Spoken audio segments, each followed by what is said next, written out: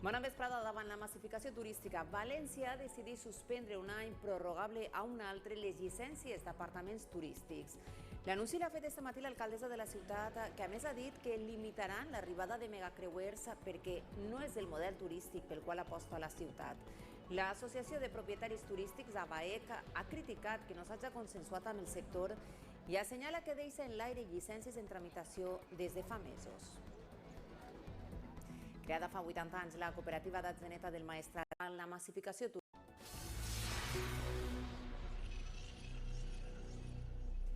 València suspèn un any prorrogable a un altre les llicències d'apartaments turístics davant la massificació turística. L'anunci l'ha fet este matí l'alcaldessa de la ciutat, que a més ha dit que limitaran l'arribada de megacreuers perquè no és el model turístic pel qual aposta la ciutat. La moratoria para apartamentos turísticos se aprobará en el pleno del martes y afectará a aquellos que estén en comunidades de propietarios y bajos comerciales. Aquellos apartamentos que son una vivienda más en una comunidad de residentes, que es lo que realmente molesta, ¿vale?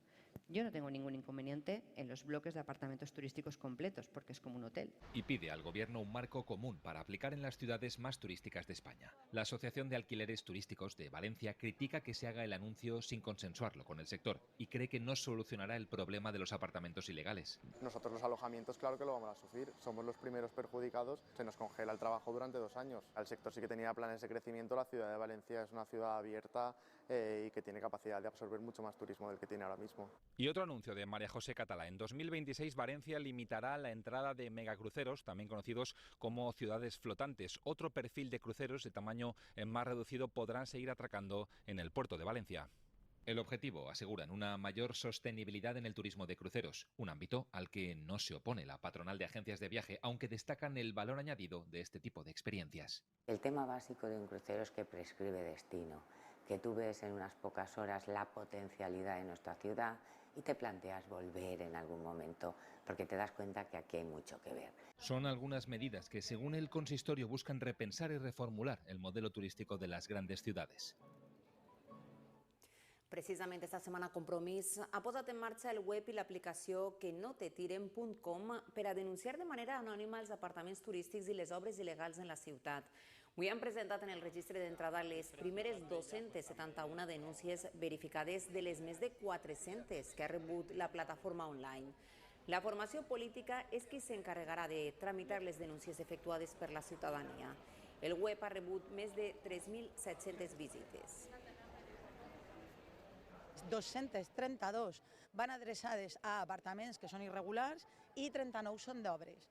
Nosaltres volem transmetre un poquet de calma perquè hem vist un poquet de zozobra al voltant de la presentació de la nostra ferramenta i és que va totalment adreçada a aquells apartaments que són irregulars, que estan fent competència deslleial a aquells que sí que funcionen de manera legal i correcta. Nosaltres el que volem és denunciar el caos en la nostra ciutat i per això el nostre equip està verificant fil per randa. Tal com es va anunciar a Vila-real, avui el Ministeri de Vivenda s'ha reunit a Madrid amb les comunitats autònomes per abordar la problemàtica de les vivendes turístiques. El Ministeri ha proposat la creació d'un registre conjunt d'aquest tipus de vivendes per previndre el frau i facilitar l'ús residencial. El Gobierno presenta a las comunidades autónomas la creación de una plataforma que recoja todos los datos de las viviendas y habitaciones de uso turístico que se promocionan en los portales inmobiliarios turísticos.